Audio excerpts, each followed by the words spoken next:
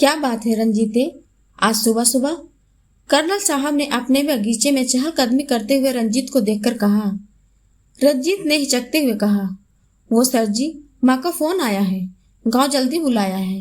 तो सर जी, छुट्टी चाहिए थी 15 दिन की।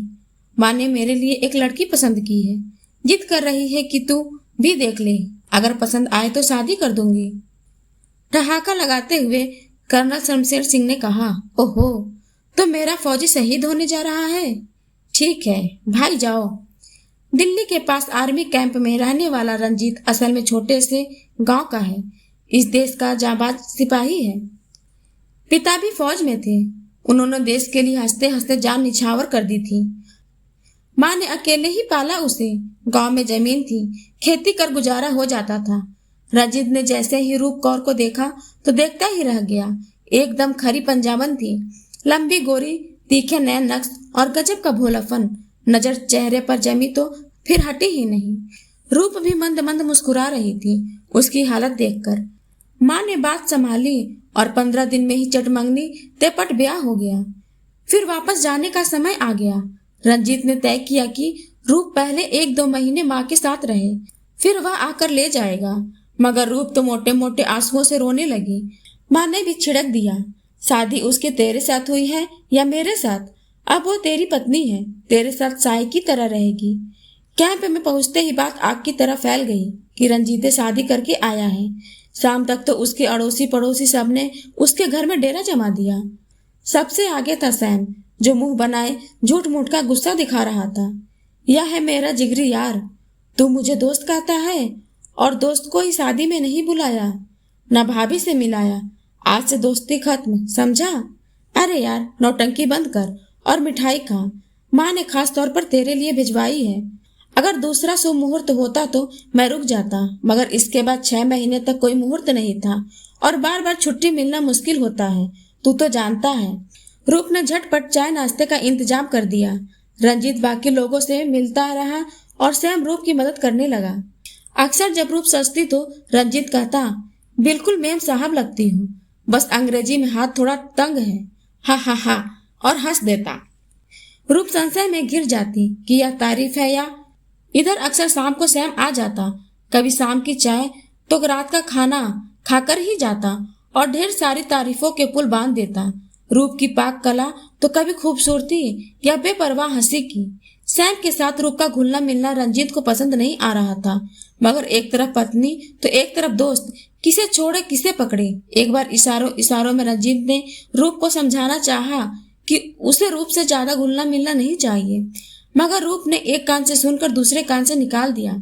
एक दिन जब वह ऑफिस से निकला तो रास्ते में पड़ोस में रहने वाली मिसेज मेहता मिल गई। रंजीत ने नमस्ते किया, उन्होंने उसे रोक लिया।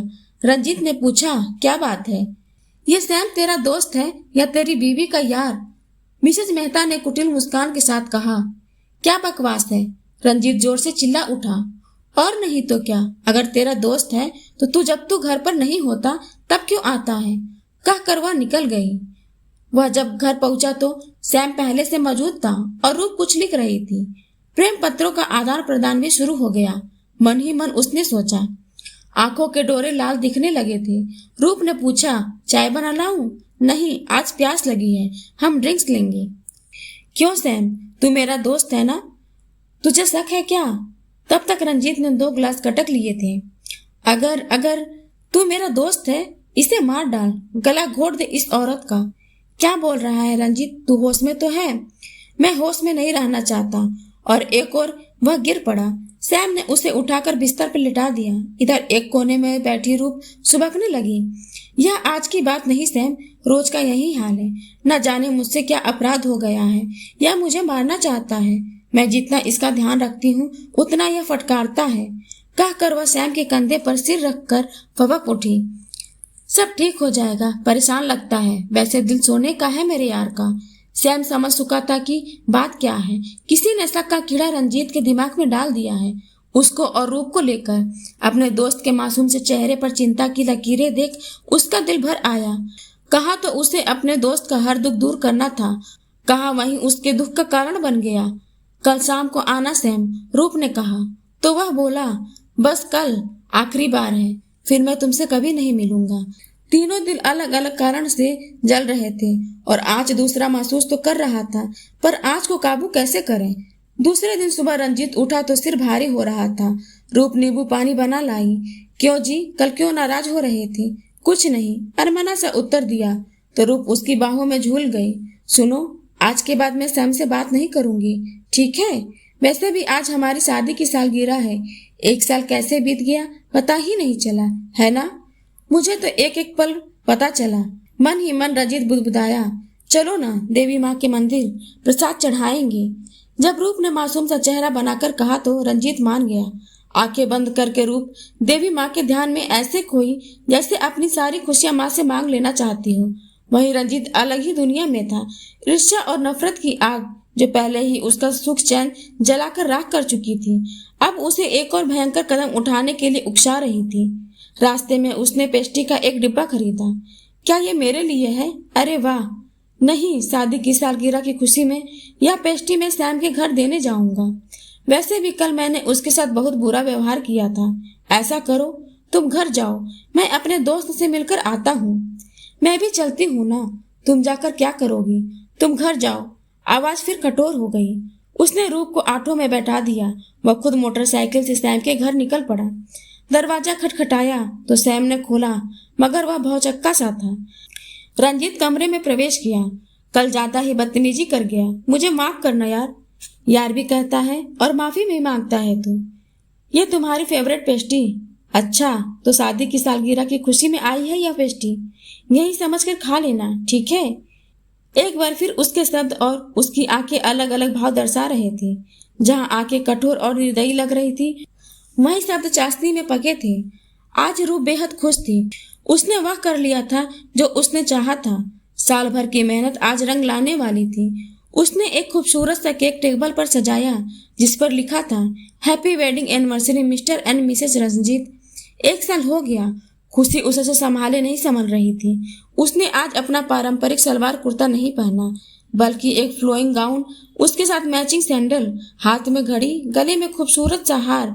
बाल जो हमेशा चोटी में बंधे रहते थे, आज उन्हें भी रबड़ बैंड से आजादी दे दी गई थी। खुद ही के रूप को देखकर रूप चकित रह गई थी। तभी दरवाजे पर दस्तक हुई और वह दौड़कर दरवाजा खोलने के लिए गई। रंजीत ही था। उसे एक पलक निहारता रहा। पहले प्यार और फिर नफरत ने आंखों में जगह ले ली। यह ड्रेस, यह सैंडल, यह हार, यह सब कहाँ से आया बताओ? जोर से चिल्लाकर उसने कहा। मैं अच्छी लग रही हूँ ना? बिल्कुल अंग्रेजी मेम साहब जैसी। क्या मतलब? I will show you, come this way Mr Ranjit. उसने एक लेटर रंजीत के हाथ में पकड़ा दिया। रंजीत का सिर थोड़ी देर घूमता सा महसूस हुआ। क्या है यह सब? मैं समझ नहीं पा रहा हूँ। इंग्लिश में लिखा हुआ वह लेटर, नीचे लिखा था, योर्स एंड ओनली योर्स रूप। अब रूप ने धीरे से बताया, करीब 1 साल से मैं अंग्रेजी सीख रही हूँ सैम से। गांव की पढ़ी लिखी, मुझे तो बस पंजाबी और हिंदी ही आती थी, मगर थोड़ा हिचकिचाते हुए जब तुम मुझे देखकर हंस देते और कहते अंग्रेजी में तेरा हाथ तंग है तो बड़ी तकलीफ होती। मैंने तय किया कि मैं अंग्रेजी सीखूंगी। सैम जो तुम्हारा दोस्त है मुझे अंग्रेजी सिखाकर अपनी दोस्ती निभा रहा था। थोड़ी देर खामोशी परसी रही दोनों के बीच। फिर रूप ने कहा, जब तुम शक करते, गुस्सा होते तो सैम का दिल टूटता। कई बार उसने मना भी किया, मगर मैंने अपनी कसम देकर उसे फिर राजी किया। हम दोनों अकेले में अंग्रेजी सीखते थे। उसने बहुत मेहनत की मेरे साथ और मैं इंग्लिश सीख पाती हूँ, बोल पाती हूँ। यह सब केवल तुम्हारे लिए। तुमने मुझे क्यों नहीं बताया? मैं तुम्हें किसी अच्छे इंग्लिश स्पीकिंग स्कूल में भेज देता। तुम बहुत आसानी से 3-4 महीने में सीख लेती। उसके लिए सैम को क्यों परेशान किया? इस बार वह बेहद चिंतित लगा। मैं तुमसे ही तो छिपाना चाहती थी। मन में था कि तुम्हें सरप्राइज दूंगी। देखो मैंने दिया ना। यह मैंने क्या कर दिया? शक और जलन में। जानती हो रूप, मैं सैम के घर क्यों गया था? मैं बता नहीं सकता। मेरा दिमाग खराब हो गया था। तुम लोगों को साथ देखकर मन में सोचा सैम को ही खत्म कर दूं। वह आवेश में बोला। क्या? रूप की आंखें निकल आईं, उसका हाथ कांपने लगा। क्या कह रहे हो तुम? असल में शक ने मुझे अंधा कर दिया था। आज जो मैंने पेस्ट्री खरीदी थी उसमें जहर था रूप, उनमें जहर था। जल्दी चलो सैम के घर, कहीं अनर्थ ना हो जाए। तुरंत दोनों कार में बैठकर चल दिए। रूप आंखों में आंसू भरे अस्त व्यस्त बाल, जिस काजल को बड़े मन से उसने आज आंखों में भरा था, वह अब बह के इधर उधर बिखर रहा था। गाड़ी के रुकते ही रंजीत तुरंत भागा दरवाजे की तरफ और बेतहाशा बेल बजाता रहा। दरवाजा था कि खुल ही नहीं रहा था। क्या हो सकता है, दरवाजा क्यों नहीं खुल रहा? जिस अनहोनी का डर था, क्या वह हो गई? अब उसके भी हाथ कांपने लगे। तभी रूप ने कहा, दरवाजा तोड़ दीजिए। उसने पूरी ताकत से अपना शरीर दरवाजे पर मार दिया। कुछ ही पल में धम से अंदर गिर पड़ा। सामने खड़ा था सैम। तुम सैम? जोर से खिलखिला उठा सैम। हाँ मैं सैम। तभी रूप बोल पड़ी, सैम तुमने पेस्ट्री नहीं खाई? हाँ नहीं खाई, क्योंकि मेरा यार दिल से देकर ही नहीं गया था। उसने रंजीत को चिढ़ाते हुए कहा, मैं फ्रिज में रख रहा था कि पता नहीं कैसे हाथ से पूरा डिब्बा ही छूट गया और 2 मिनट में सारी पेस्ट्री का सत्यानाश। उसके बाद 1.5 घंटा लगा साफ सफाई में।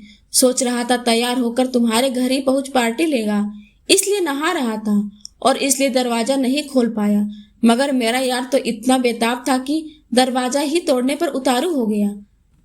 उसकी उन्मुक्त हंसी ने सारी गंभीरता, सारा तनाव जैसे छू मंतर कर दिया। थैंक गॉड सैम तुमने पेस्ट्री नहीं खाई। रंजीत ने सैम को गले लगा लिया। Thank God.